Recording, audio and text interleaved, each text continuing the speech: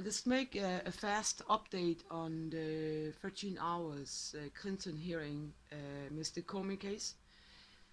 What I found out is that the 13 hours is a fake story. And the man called Michael Bay, which also is a friend of Susanne Bier and Centropa, which now is Egmont Adler concern. The case is I was abused in entertainment and sport from a very young age and lost a lot of royalty, lost a lot of money, and also design architecture patents, right? So we have from early childhood abuse. The level of abuse might have been pushing people to do an unlawful action.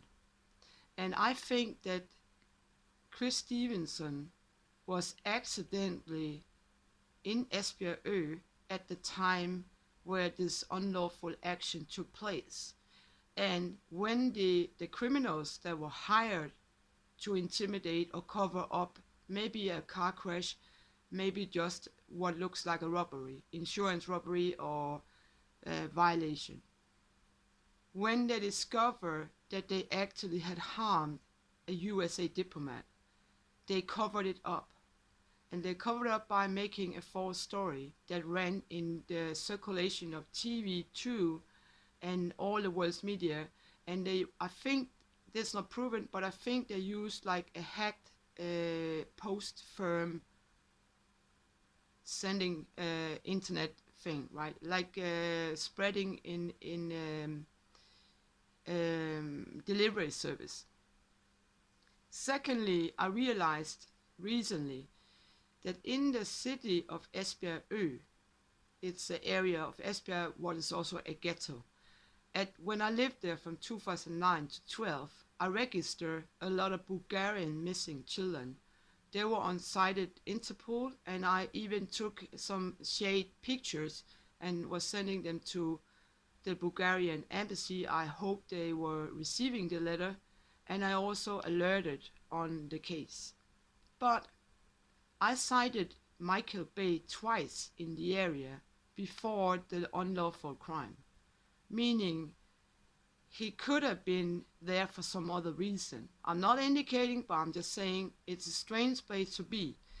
I always thought it had something to do with the lost royalty and patent rights and the dispute with family in film, TV, or family maybe not, and with Susanne Bier and Eurovision and stuff like that.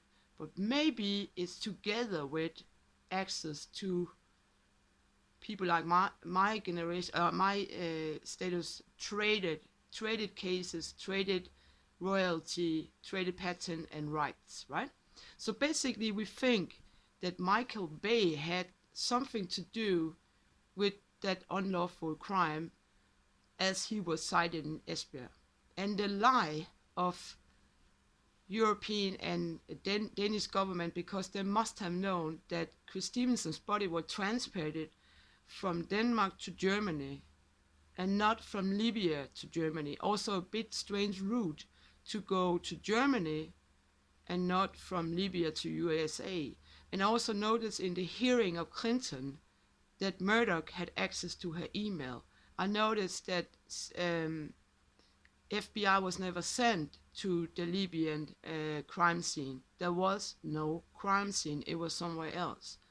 I also noticed that in the branch, the British Army interview of 13 hours, they lied and they didn't know who hired them.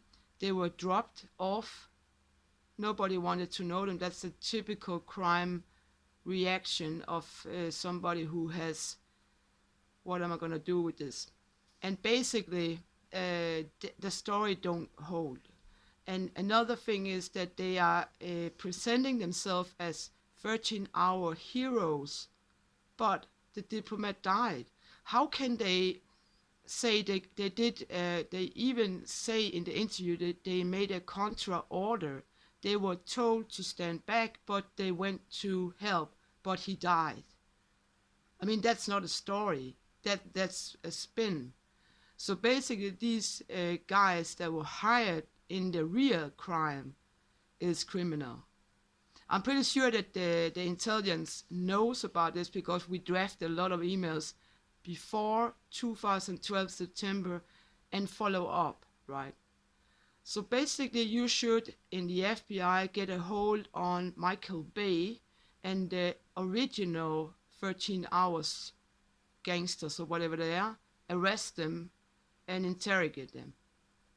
And basically you should also inform that FBI Comey might have been misinformed and therefore also the hearing was misinformed.